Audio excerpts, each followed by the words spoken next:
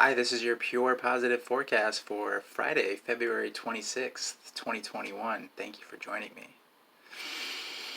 We're moving right along in Pisces now, and just wanted to bring a little lighthearted heads up.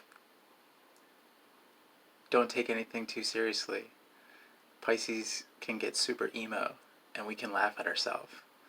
Because when you think about the way that a fish swims and they sense, like they can feel things, and so I was watching like 100 pigeons flying in formation at the beach today, and it was like they were so perfectly just one mind, as if it was one organism, as if it was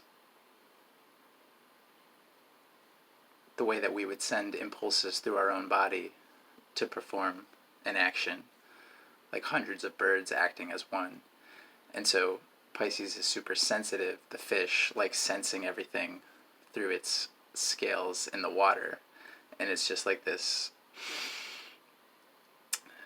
intuitive psychic perception, but there's no defense. Like Pisces doesn't have the ability to tolerate pain because it's so hypersensitive. So this is, it can be infinitely positive or infinitely challenging.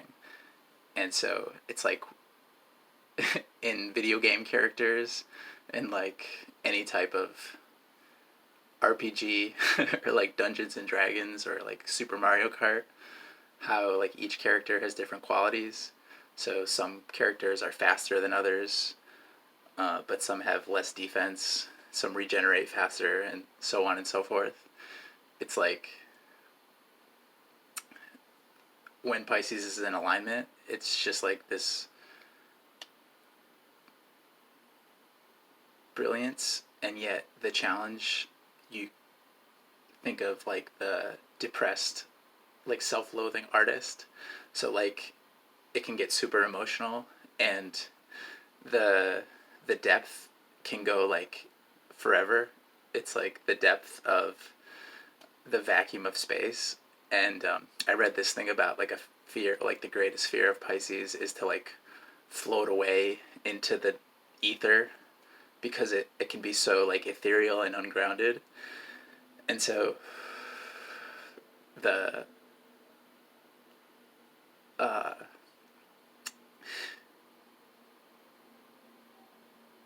the resolution for the challenge of Pisces is to just embrace the spaciousness and laugh at ourselves and get into this creative, like I love how Osho talks about we enter into like a state of madness, but like a different kind of madness, where it's like when we go beyond the mind and beyond the ego.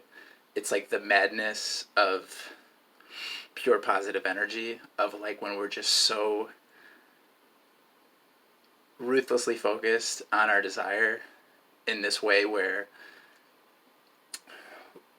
we recognize that it's natural for us to be thriving, it's natural for everything to be working out for us, and we're supposed to feel good and feel good about feeling good. So it's like we don't need to be,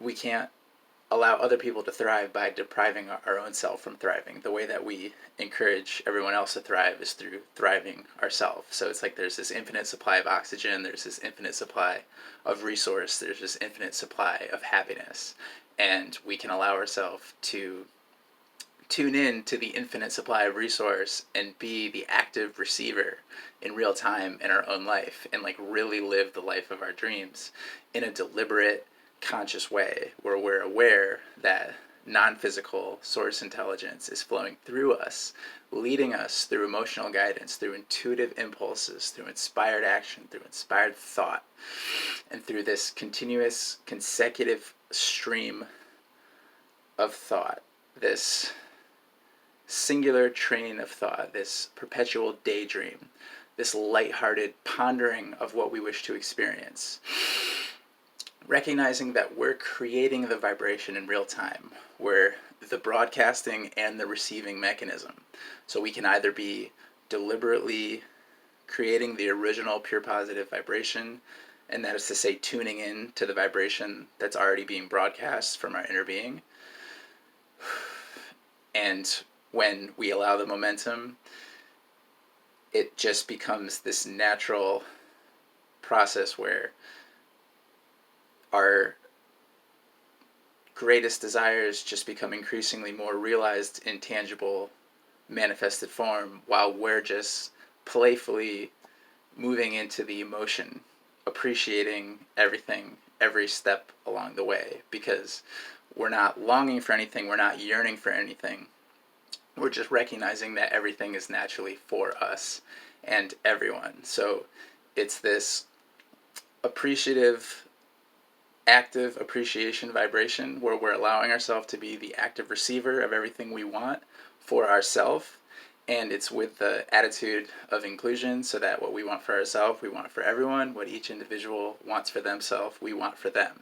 And so the greatest gift we can give to the collective is to truly be the receiver, the recipient of our own desire, and meet our vibrational escrow, meet the cooperative components, rendezvous with our vortex, and also we will then rendezvous with others who are doing the same, and be serving as demonstrating through the clarity of our own example that we are all equally the recipient of this infinite source flow to us as the individual human being, as the physical being in one place at one time. So me as John, you as you, we are all the individual infinite recipient of all non-physical source pure potentiality, creating for each of us as individuals in real time what we really wish to experience from pure potentiality. So there's this